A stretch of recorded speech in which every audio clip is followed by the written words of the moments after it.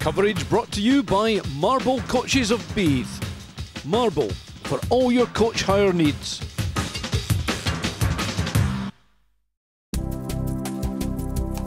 Thinking of buying or selling property? Speak to the property experts at Fords. It's Murrayfield, it's finals day, it's the Scottish Hydroelectric Shield, with Garnock taking on Kirkcaldy. Piped into the stadium with some unconventional support.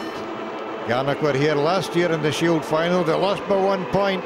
They'll be wanting to make up for that disappointment. Kirkcaldy have been here too, but that was 6 years ago and they'd love to get their hands on some silverware again.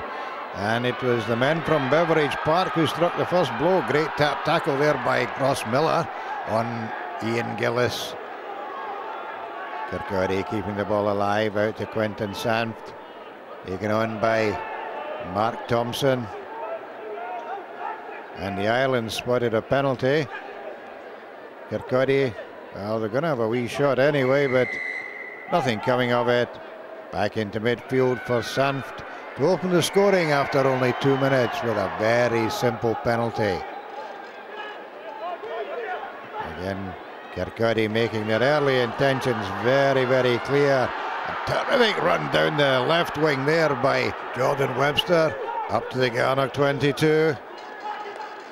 Chris McConnell out to Sanft. Long ball out there to George Mangallo. What was he doing lurking out there? Didn't matter anyway. It was back for the second penalty in the first 4 minutes. Nailed by Quentin Sanft. Kirkcaldy 6. Garnock 0.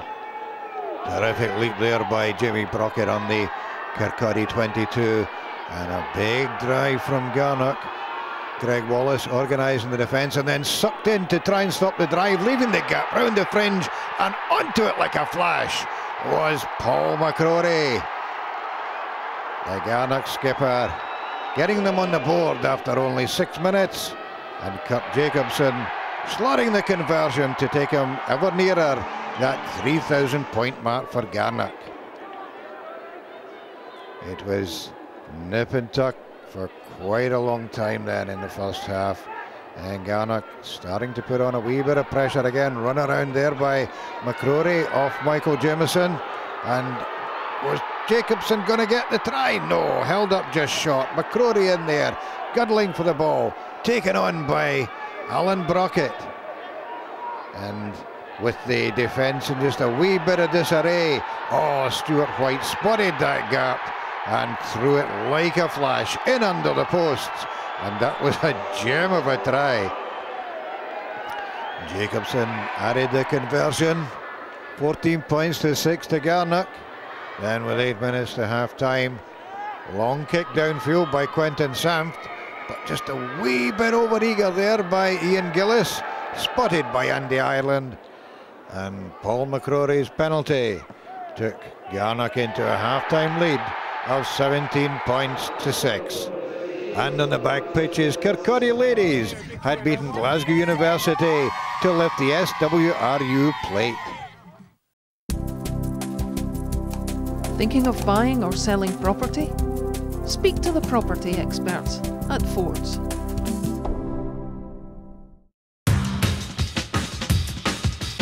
Coverage brought to you by Marbill Coaches of Beath. Marbill, for all your coach hire needs.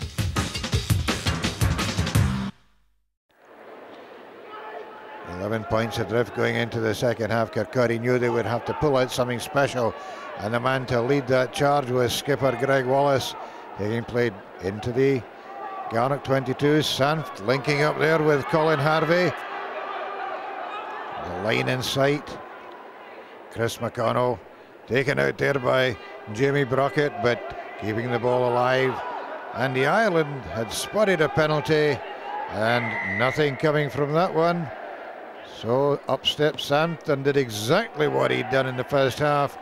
Slotted a penalty in the second minute. Kirkcaldy now with their tails up, getting a bit more of the ball, getting the feeling that there might be something in this for them after all. A long pass there by McConnell, taken out by his opposite number, McCrory, shrugging out of 2 tackles. That was absolutely incredible, and sprinting in from all of 50 metres. Well, well, well. That could well have been the clinching try. McCrory, no problem converting his own try. And at 24 points to 9, the Garnock support were starting to believe it might just be their day. Nobody had told Kirkcaldy though, and they fought back. And it was only 4 minutes later that the Garnock defence was penalised. And it was certainly nail-biting for Billy Walker and Kenny Glenn. And, well, 3 points no good to Kirkcaldy, taken on there by Mark Thompson. And then out to flanker Kevin Nielsen. He knew where the line was, and he got there for a try that brought the Kirkcaldy crowd to their feet this time, because that gave their side just a glimmer of hope. And look at that break by Quentin Samt, all the way up to 10 metres from the Garnock line, looking for support, finally getting it. The crowd looking for another score.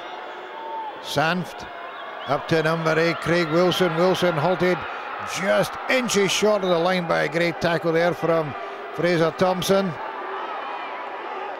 But with nothing coming out of that, Andy Ireland had already spotted a penalty, took play back, right in the shadow of the Garnock post, taken quickly, and with the Garnock defence in some disarray, the man thundering over the line with the ball was skipper Greg Wallace. Yes, he enjoyed that one. And congratulated by his front row twin, George Mangalo.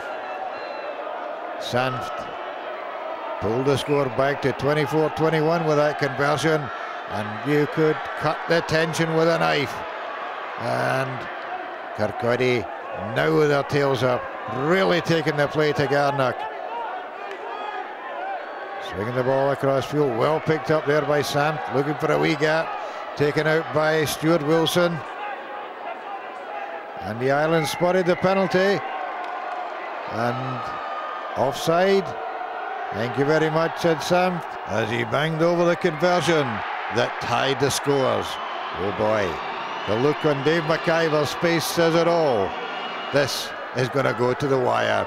It was anybody's game. It was 81 minutes gone, and then all of a sudden the ball from Ross Miller to Paul McCrory, and McCrory, what a break down the blind! Denied in the last minute of last year's final. He'd sealed it for Garnock this time. And then the icing on the cake for the Garnock skipper. A wonderful conversion from right on the touchline to take the score to 31 points to 24. No wonder the Garnock support had started celebrating. 4 minutes into injury time inside the Garnock 22, but Jimmy Holmes snaffled the Kirkcaldy line out. It went to McCrory. McCrory put it out to Park, and that was the final whistle. And you can see just what it meant to the boys from Lochshore. After the disappointment of last year, this one was so important. To the players, to the fans, and to the club. Paul McCrory's mum there, probably the proudest lady in Murrayfield. And Kirkcaldy, what a fight back. What a final they made it. This was a great advert for Scottish rugby.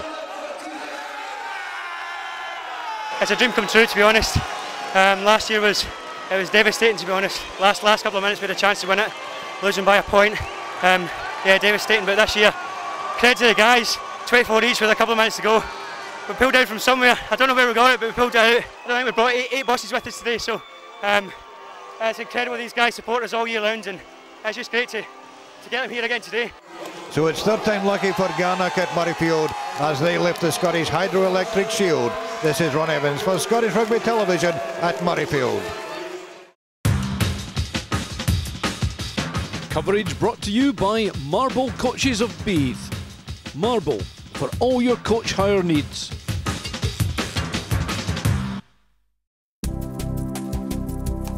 Thinking of buying or selling property? Speak to the property experts at Fords.